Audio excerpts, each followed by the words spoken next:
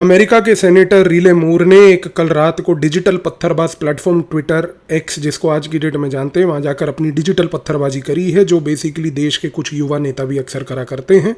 वहां पर जाके उसने ये बात बोली कि अगर भारत का parliament FCRA foreign contribution regulation act में संशोधन अमेंडमेंट 2026 को पास करता है तो इसके पास करने से क्रिश्चियन कम्युनिटी के ऊपर जो है बहुत बड़ी आंच आ जाएगी और इससे भारत और अमेरिका के संबंध खराब हो जाएंगे। सरप्राइजिंग बात यह है कि भारत की इंटेलिजेंस ब्यूरो हो या भारत की रिसर्च एंड एनालिसिस विंग हो, ये दोनों इंटेलिजेंस एजेंसीज बड़े लंबे समय से इस चीज़ को असेस करती आ रही हैं और ये असेसमेंट्स तैयार कर रही हैं कि किस प्रकार से अमेरिका जो है इस पर्टिकुलर FCRA के कानून को लेकर गेम खेलने जा रहा है। आज इस वीडियो में इसी चीज़ को हम समझने की कोशिश करेंगे। 1970-1970s के डेकेड में देश की दादी इंदिरा गांधी जो थी, उसने उस समय एक कानून पास किया था फॉरेन कंट्रीब्यूशन रेगुलेशन एक्ट का, क्योंकि दादी को उस समय ये लगता था कि CIA और KGB जो रशिया की और अमेरिका की इंटेलिजेंस एजेंसीज थी, उन्होंने देश के हर एक फलक्रम को पेनिट्रेट कर लिया था। दादी के समय ऐसी परिस्थिति थी कि उस समय देश के चाहे छात्र संगठन हो, देश के अंदर की यूनिवर्सिटीज़ हों, देश की मीडिया हो, पब्लिकेशन हाउसेज हों, न्यूज़पेपर्स हों, पॉलिटिकल पार्टीज़ हों, पॉलिटिशियंस हों, सब या तो CIA या KGB के पेरोल पे काम करते थे। इस चीज़ के बारे में अगर आप प्रमाण चाहते हो तो एक किताब है मित्रोकिन आर्काइव्स, उस किताब का इंडिया वाला चैप्टर और पूरे इंडिया का जो यूनिट दिया है जिसमें 4 से 6 चैप्टर्स, उनको एक बार जीवन में जरूर पढ़िएगा। PDF भी किताब की आज की डेट में गूगल पे मिल जाती है, आप पढ़ के देखेंगे तो आपको पता चलेगा कि देश की क्या हालात थी उस समय, कि कैसे फॉरेन इंटेलिजेंस एजेंसीज जो थी उन्होंने देश के किसी वर्ग को नहीं छोड़ा था और हर एक आदमी देश के अंदर उस समय बिकाऊ था इस लेवल का कि सब अपना अपना ज़मीर बेचकर फॉरेन इंटेलिजेंस ऑर्गेनाइजेशंस के साथ अलग अलग स्थानों पर काम कर रहे थे। इस कॉन्टेक्स्ट में जब दादी ने FCRA का कानून पास किया तो FCRA के कानून पास करने के बाद अगर हम देखें तो आज जो रॉ का एस्टीमेट हमें बताता है वो ये कहता है कि 1980s और 90s में इन फॉरेन ऑर्गेनाइजेशंस ने, जितनी भी ये फॉरेन इंटेलिजेंस ऑर्गेनाइजेशंस थी, इन्होंने अपनी रणनीति बदल ली। 1990s के बाद खास करके एक बड़ी पेक्यूलियर प्रक्रिया चालू हुई। अमेरिका ने एक नई रणनीति अपनाई। रणनीति ये थी कि अगर हमें भारत के अंदर किसी भी प्रोजेक्ट को रोकना है तो उस प्रोजेक्ट के खिलाफ हमें कार्रवाई करने के लिए कुछ नहीं करना है, अमेरिका में बैठना है, एक बड़ी चैरिटेबल ऑर्गेनाइजेशन लेनी है, उस चैरिटेबल ऑर्गेनाइजेशन से कुछ पैसा भारत में किसी स्पेसिफिक NGO को देना है। वो NGO administrative expense, field survey, research, consultancy, 4 ऐसे स्पेसिफिक पैरामीटर्स का प्रयोग करके वो पैसा ग्रास रूट ग्रामीण लेवल तक पहुंचा देगा। ग्रास रूट ग्रामीण लेवल तक जब हार्ड कैश पहुंचेगा, इस हार्ड कैश के पहुंचने के बाद उस प्रोजेक्ट के विपरीत जो भी काम हमें करवाने हैं, अब चाहे लोगों को इकट्ठा करके वहाँ पे प्रोटेस्ट कराना हो, लोगों को इकट्ठा करके वहाँ पर जो है हड़ताल करानी हो, लोगों को इकट्ठा करके वहाँ पर प्रोजेक्ट के खिलाफ नारेबाजी करवानी हो, ये तीनों चीज़ें हो सकती हैं। दूसरा, उसी पैसे के प्रयोग से भारत के अंदर एक जुडिशियल क्लास क्रिएट हुआ जिसमें कुछ PIL वॉरियर्स बने। ये PIL वॉरियर्स वो थे जिनका सबसे स्पेसिफिक काम ये था कि कोई देश में एक नई पॉलिसी, कोई नया प्रोजेक्ट, किसी भी प्रकार का कोई डेवलपमेंट का कार्य अगर देश इनिशिएट करता है, ये तुरंत PIL वॉरियर्स अपने जेब से असला निकाल कर तुरंत वहाँ पर जाके कोर्ट में PIL डाल देंगे। एक डेवलपमेंटल प्रोजेक्ट है, उसके ऊपर एक PIL लगा दी गई। PIL की वजह से अब वो कोर्ट के अंदर जब मामला सब जुडिस हो गया, प्रोजेक्ट के ऊपर काम तुरंत रुक गया जब तक कोर्ट का जजमेंट नहीं आएगा। कोर्ट जैसे हमारे यहाँ पर काम करते हैं, एवरेज 5 से 10 साल लगेंगे। 5 से 10 साल अगर कोर्ट लेती है उस जजमेंट को देने में, उस पूरे प्रोजेक्ट का कॉस्ट एस्केलेशन हो गया। कॉस्ट एस्केलेशन होने से क्या हुआ, वो कंपनी, जो निजी कंपनी उस प्रोजेक्ट में इन्वॉल्व थी, वो कंपनी वो प्रोजेक्ट छोड़ के ही भाग जाएगी। अब ये करने की आवश्यकता क्यों हुई? क्योंकि कई बार अमेरिका को ये लगता था कि कोई भी देश के अंदर अगर प्रोजेक्ट हो रहा है तो वो देश की कोई कंपनी नहीं, अमेरिका या अमेरिका फंडेड कोई फ्रंट ऑर्गेनाइजेशन को ही प्रोजेक्ट मिलना चाहिए।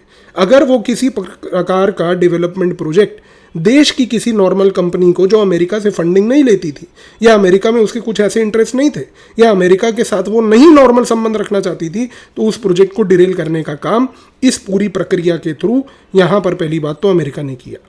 इसके साथ साथ यही पैसा आज की डेट में अमेरिका ने बहुत अग्रेसिव लेवल पर भारत के अंदर 2 और कामों के लिए लगाया। सबसे पहला काम ये था कि जितने भी बॉर्डर एरियाज और बॉर्डर डिस्ट्रिक्ट्स भारत के हैं, क्योंकि भारत इतना बड़ा देश है, इस देश की बहुत सारी सीमाएं हैं अंतर्राष्ट्रीय देशों के साथ।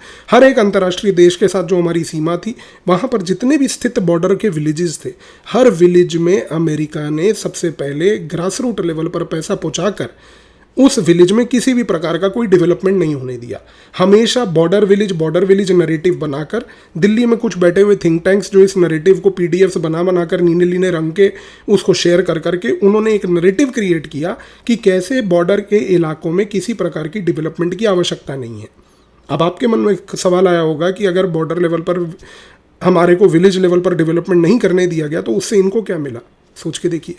बॉर्डर लेवल पर अगर विलेज का, गांव का, ग्रामीण इलाके का डेवलपमेंट नहीं होगा तो वहाँ पर भारत को अपनी मिलिट्री प्रेजेंस रखने में मुश्किल होगी। मिलिट्री प्रेजेंस रखने में मुश्किल होगी तो अमेरिका को एक मौका मिलेगा कि वो अपनी सैटेलाइट से कुछ इमेजरीज जो है वो भारत को बेच पाएगा। उन सैटेलाइट की बेची हुई इमेजरीज के बेसिस पे वो भारत के अंदर एक फियर साइकोसिस क्रिएट करेगा कि देखिए ये वाला देश यहाँ पर ये कर रहा है, देखिए वो वाला देश वहाँ पर वो कर रहा है। आज से 3 साल पहले आपको याद होगा कि एक बहुत बड़ा कैंपेन चला था भारत के अंदर कि चाइना ने अंदर आके ज़मीन हड़प ली। और सडनली आप सोच के देखिए कि वो 3 साल पहले चला हुआ कैंपेन, जिसमें कुछ छोटे बच्चे भी बार बार इस चीज़ को जो है उजागर कर रहे थे कि देश के अंदर चाइना आ गया, देश के अंदर चाइना आ गया, इस प्रकार का जो कैंपेन एक स्पेसिफिक टाइम पीरियड पे चला था, वो आज कैंपेन पूरे मीडिया डिबेट से गायब है। अगर देश में इतनी बड़ी चीज़ हुई होती कि अगर देश का कोई भी इलाके का एक टुकड़ा भी अगर चीन ने मान लीजिए इस प्रकार से सैटेलाइट इमेजरी के बेसिस पे किया होता कैप्चर, तो सबसे बड़ी बात यह है कि वो कैंपेन तो परसिस्टेंट होना चाहिए था। और सबसे बड़ी ब्यूटी देखिए कि उस पूरे गेम प्लान का बंडाफोड़ करने के लिए अमेरिकन सैटेलाइट्स ने ही क्यों इस चीज़ के बारे में जानकारी दी। भारत की अपनी सैटेलाइट्स कम है, भारत के पास इंडियन स्पेस रिसर्च ऑर्गेनाइजेशन नहीं है।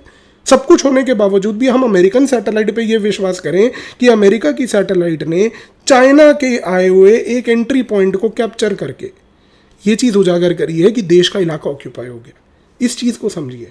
ये जो एक बहुत बड़ा गेम प्लान यहाँ पर चलता आ रहा है, जो लंबे समय से चल भी रहा था, इस पूरे गेम प्लान को पहली बात तो तोड़ने का, जिसमें बॉर्डर विलेज के डेवलपमेंट को रोका गया, ये चीज़ भी यहाँ पर अब बंडाफोड़ होती हुई दिख रही है। और दूसरा जो मैंने आपको बताया कि इन्होंने इसी पैसे का प्रयोग करके साउथ इंडिया से लेकर साउथ ईस्ट इंडिया जो है हमारा पूरा छत्तीसगढ़, झारखंड और पंजाब, इन सारे इलाकों में क्रिश्चियन मिशनरी एक्टिविटीज़ के तहत इलीगल लेवल पर जो कन्वर्जन हुए हैं, मेरा यीशु मेरा यीशु मेरा यीशु, ये जो चीज़ आज की डेट में चल रही है, अब आने वाला FCRA का 2026 अमेंडमेंट संशोधन जो बिल में हो रहा है, वो ये सारी चीज़ों के ऊपर एक क्रैकडाउन करने जा रहा है।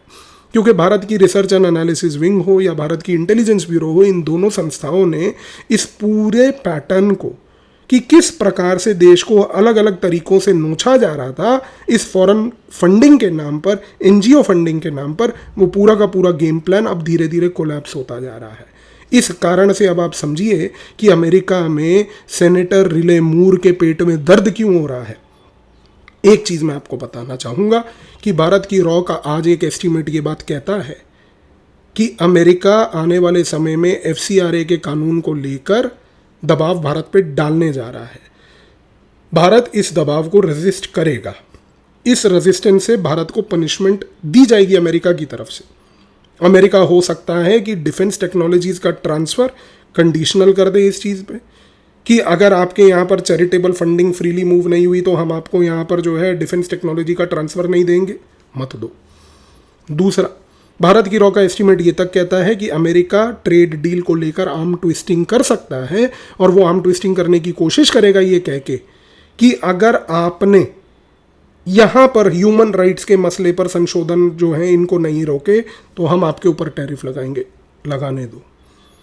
आज अगर अमेरिका, भारत का रॉ का असेसमेंट ये भी कहता है कि भारत को किसी हाई टेबल पे बैठने के लिए भी अमेरिका अगर कोई कंडीशन लगा दे कि इंडो पैसिफिक हो या फॉर दैट मैटर यहाँ पर क्वाड्रिलेटरल सिक्योरिटी डायलॉग हो, जो दोनों के दोनों ध्वस्त हो गए हैं थैंक्स टू ईरान, क्योंकि उसने ऐसी मिट्टी पलीद की है अमेरिका की कि मिडल ईस्ट जो पूरा एक्सपोज हो चुका है, अब वो उसका एक्सपोजर यहाँ पर भरपाई होगी उसकी पूरी इंडो पैसिफिक से, और जैसे ही इंडो पैसिफिक से भरपाई होगी, इंडो पैसिफिक एक्सपोज होगा और चाइना यहाँ पर मजे लेगा।